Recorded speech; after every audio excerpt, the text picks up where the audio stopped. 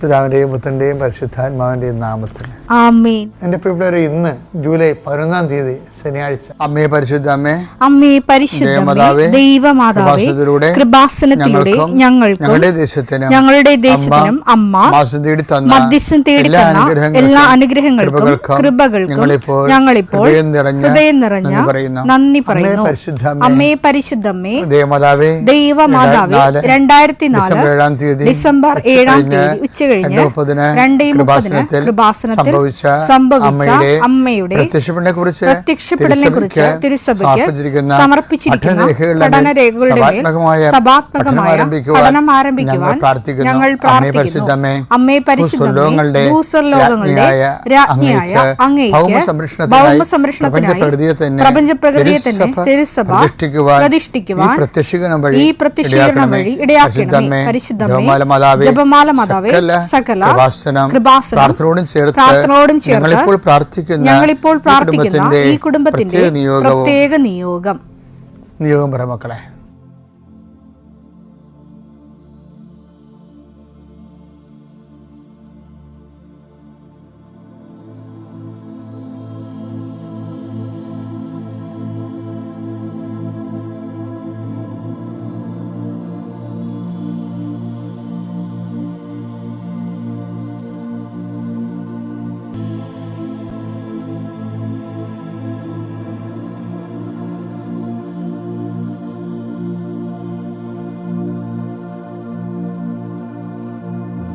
അമ്മയുടെ പ്രത്യക്ഷീകരണത്തിന്റെ ഈ അനുഗ്രഹവേളയിൽ ഞങ്ങൾക്ക് സാധിച്ചു തരുവാൻ കനിയണമേ. ആമേൻ. വിശ്വാസ പ്രമാണം. സർവശക്തനായ പിതാവും ആകാശത്തിന്റെയും ഭൂമിയുടെയും സൃഷ്ടാവുമായ ദൈവത്തിൽ ഞാൻ വിശ്വസിക്കുന്നു.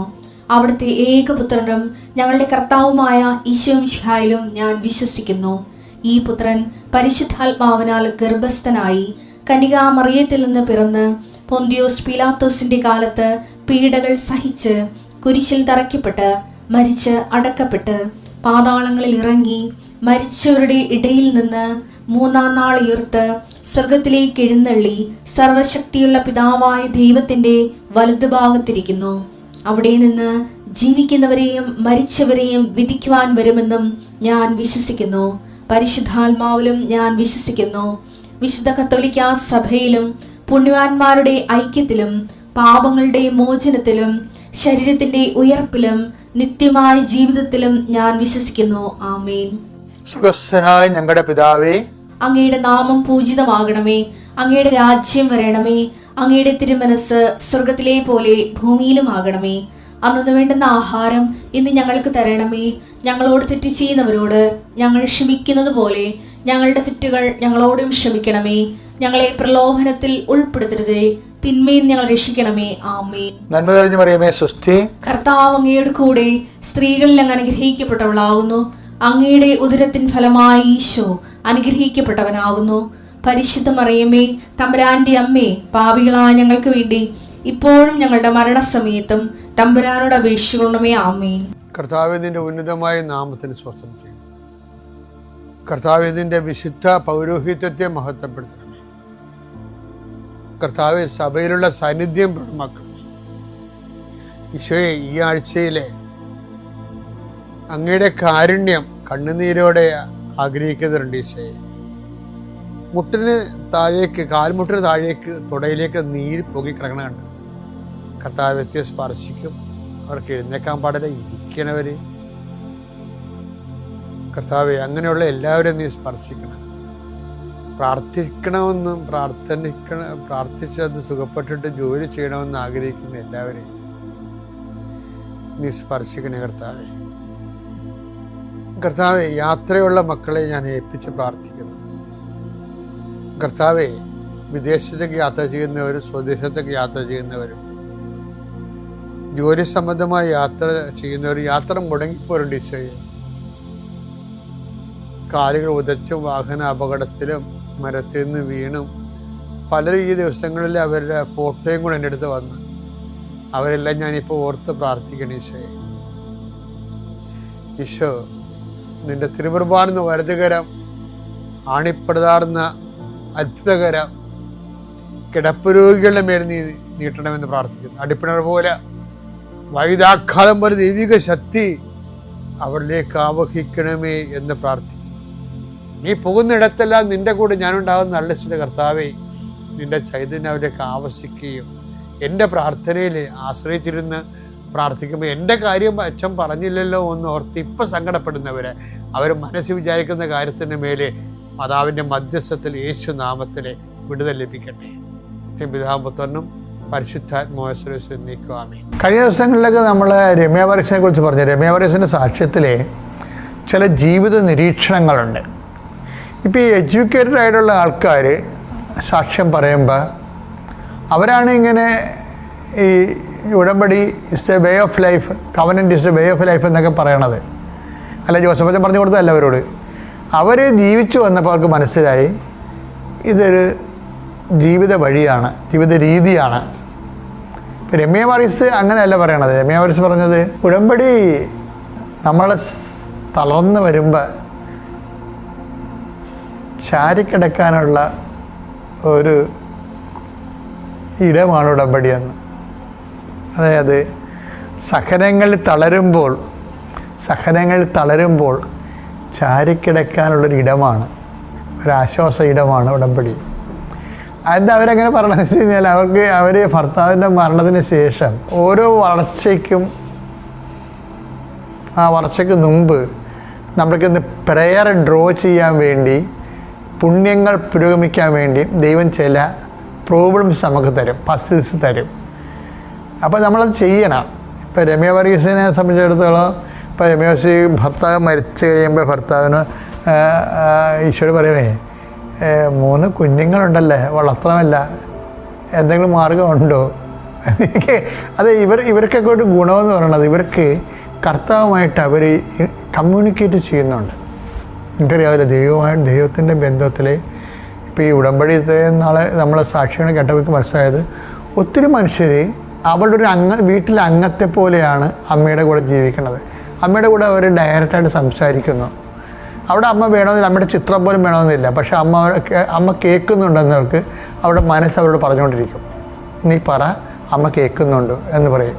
അങ്ങനെ ഒരു വലിയ ബന്ധം ഈ ആൾക്കാരുമായിട്ടുണ്ട്. അപ്പോൾ രമ്യ പറഞ്ഞ് കുഞ്ഞുങ്ങളും 3 ഉണ്ടല്ല, എന്നെ വളർത്തണ്ടേ, ഞാൻ എന്ത് ചെയ്യുമെന്ന് ചോദിച്ചു. എന്നിട്ട് ഇപ്പോൾ പറഞ്ഞത് എൻ്റെ 2 PSC റാങ്കിലെ ലിസ്റ്റും ക്യാൻസലായിപ്പോയി, കിട്ടിയില്ല ജോലി എന്ന് പറഞ്ഞു.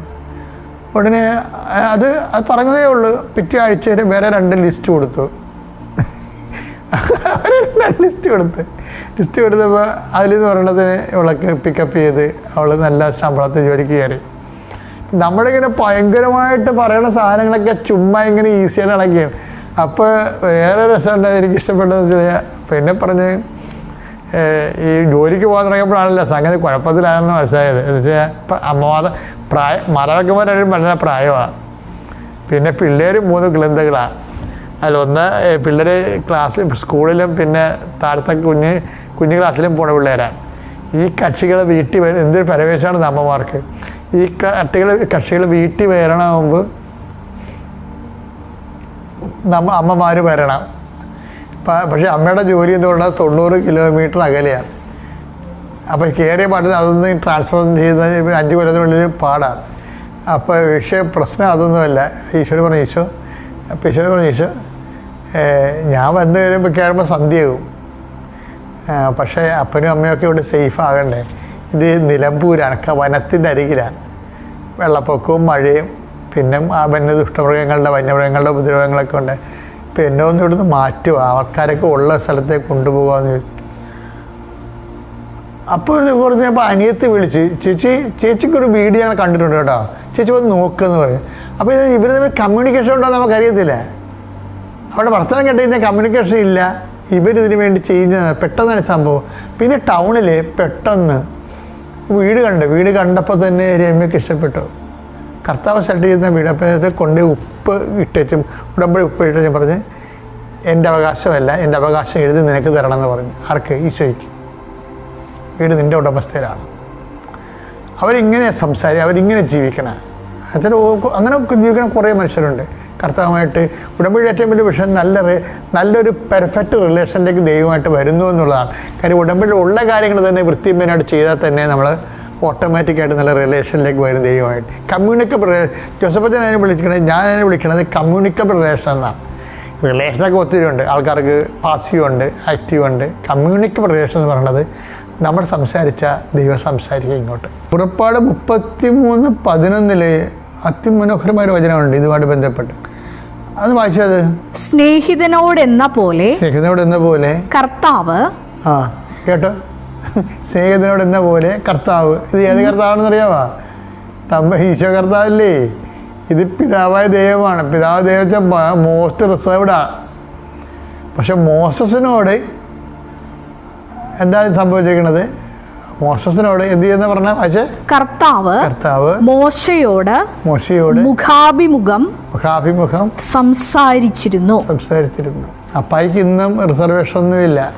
നമ്മളപ്പ നിത്യതയുമായിട്ട് മാത്രം നമ്മൾ നിത്യതയെ കോൺസെൻട്രേറ്റ് ചെയ്താണ് നമ്മളുടെ ഒരു പൂർണ്ണമായ എല്ലാ മൂവ്മെൻറ്റ്സും നിത്യതയെ കോൺസെൻട്രേറ്റ് ചെയ്തുകൊണ്ടാണ് നമ്മൾ ജീവിക്കണത്, മറ്റുള്ളവർ ജീവിപ്പിക്കണമെന്ന് അപ്പായ്ക്ക് തോന്നിയാൽ അപ്പോൾ മോസസിൻ്റെ കാലത്തെ പോലെ നമ്മുടെ കമ്മ്യൂണിക്കബിൾ ആകും.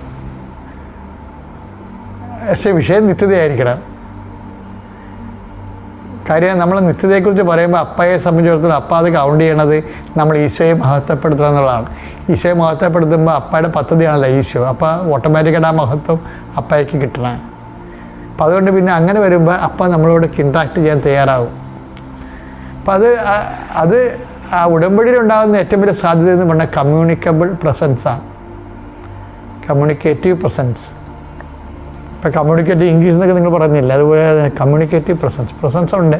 അപ്പോഴും നമ്മളോട് കമ്മ്യൂണിക്കേറ്റ് ചെയ്യും. എന്നുവെച്ചാൽ നമ്മൾ എന്ത് പറയുന്ന അളവിലും തൂക്കത്തിലും സഡൻ ആക്ഷൻ ഉണ്ട്. അത് കമ്മ്യൂണിക്കേറ്റീവ് പ്രസൻസ് എന്ന് പറയുന്നത്. അപ്പം രമ്യ വർഗീസ് അതിൻ്റെ ഒരു ആ അനുഭവതലത്തിലേക്ക് വന്ന് നിങ്ങൾക്ക് എല്ലാം ഇതിന് ഉടമ്പടിക്കെല്ലാം ആ സാധ്യതയുണ്ട്. അതാണ് ഞാൻ സാധ്യത പ്രയോജനപ്പെടുത്തണമെന്ന് പറഞ്ഞത്. പിതാവിൻ്റെയും പുത്രൻ്റെയും പരിശുദ്ധാത്മാവിൻ്റെയും നാമത്തിൽ.